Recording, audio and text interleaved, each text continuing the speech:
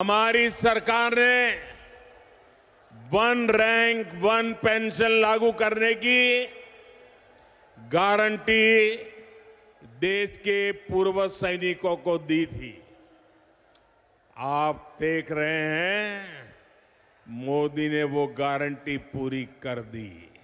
One rank one pension में officers को ज़्यादा फायदा मिला और जो हमारे जवान हैं उनको कम फायदा मिला, मगर शायद ओआरओपी ज़्यादा जवान को चाहिए होता है, मतलब उसके लिए ज़्यादा ज़रूरी है कि ऑफिसर के लिए।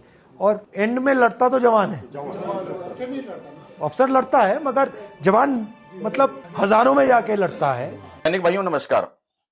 सैनिक भाइयों, अभी आपने ये वीडियो देखा जिसके अंदर 25 सितंबर को अभी ये एक संबोधित कर रहे थे हमारे माननीय मोदी जी, प्रधानमंत्री जी नरेंद्र मोदी जी जयपुर के अंदर।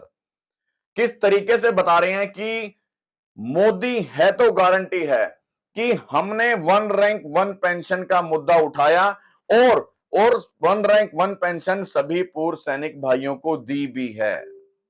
और अभी एक और वीडियो आपने देखा जिसके अंदर, ये वीडियो लद्दाख का है, जिसके अंदर राहुल गांधी जी को, विपक्ष के नेता हैं, उनको एकाएक अचानक याद आता है कि पूर्व सैनिकों की वन रैंक वन पेंशन का मुद्दा उठाया जाए ताकि इस बार हम प्रलोभन दे करके वन रैंक वन पेंशन का मुद्दा उठा करके सैनिकों की वोट बटोरी जाए।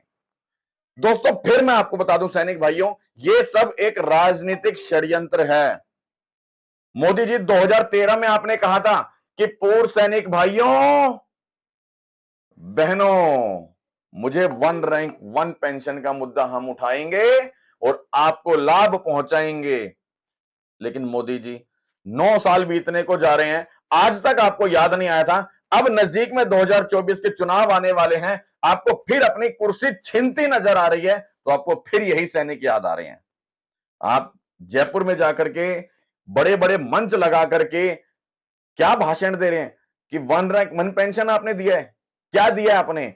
आज भी सैनिक जंतर मंतर पर बैठा हुआ है और तो अभी उन्होंने कल एक लेटर भी जारी किया है कि हम अपनी मृत्यु इच्छा जता रहे हैं। और कसम से कह रहा हूं मोदी जी, यदि एक भी सैनिक को इस चीज पे आंच आई ना तो बहुत बड़ा बवाल छिड़ जाएगा। हमारे देश के जवान हैं जिन्होंने पूरे देश की रक्षा की है। आपकी संसद भवन के सामने आज भी हमारे भारतीय सेना के जवान खड़े होते हैं, तब आप सुरक्षित हैं। और क्या कहते हैं मोदी जी आपकी, हमने वन रैंक वन पेंशन दिया है। अगर दिया होता तो जंतर मंतर पे आज हमारे जवान ना बैठे होते, रेवाड़ी में रैली ना करनी पड़ती, देश के सैनिकों को अपनी मांग ना माननी पड़ती। अभी रामलीला मैदान के अंदर भी रैली की गई थी। क्यों की गई थी? ताकि हम लोगों को हमारी जो हक है वो दिए। यार ये लोग भीख नहीं मांग रहे, अपना हक मांग रहे हैं, इनका हक तो दो। ये तो कह रहे हैं कम से कम हमारी सुनवाई तो करो। और अब जब आपको पता है, लगभग पिछले 220 दिन से, मैंने कल भी वीडियो बनाया था, बताया था, लगभग पिछले 220 दिन से बैठे हैं वो लोग, 1 साल पूरा होने जा रहा है। और मोदी जी अब आपको पता है कि लोकसभा के चुनाव है 2024 में, तो अब आपको तुरंत याद आने वाला है कि वही पूर्व सैनिकों को इकट्ठा किया जाए। लेकिन अब ये सैनिक भाई आपके झांसे में नहीं आने वाले। 2013 में आपके झांसे में आए थे और इन्होंने आपको यूं कहूं कि प्रधानमंत्री बनाया, आपको रोजगार दिलवाया, लेकिन आपने इन लोगों का ही जो हक था वो मार दिया, कत्ल कर दिया आपने इनके हक का। एक हमारे देश का वो प्रधानमंत्री जो असंभव कार्य को भी संभव कर दिखाता है, नरेंद्र मोदी जी आपके लिए बता रहा हूं। आपने 370 धारा हटाया, सैल्यूट है आपको। आपने 3 तलाक का मुद्दा उठाया, सैल्यूट है आपको। आपने राम मंदिर बनाया, सैल्यूट है आपको। लेकिन आपने हमारे देश के जवानों को रुलाया, धिक्कार है आपके ऊपर।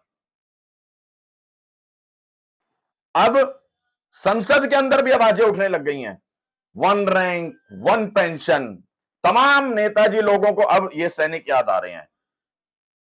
क्यों? क्योंकि अब सबको पता है कि अब लोकसभा के चुनाव हैं, तो अब अपनी सीट बचाने के लिए और विपक्ष को अपनी सीट पाने के लिए ये सैनिक याद आ रहे हैं।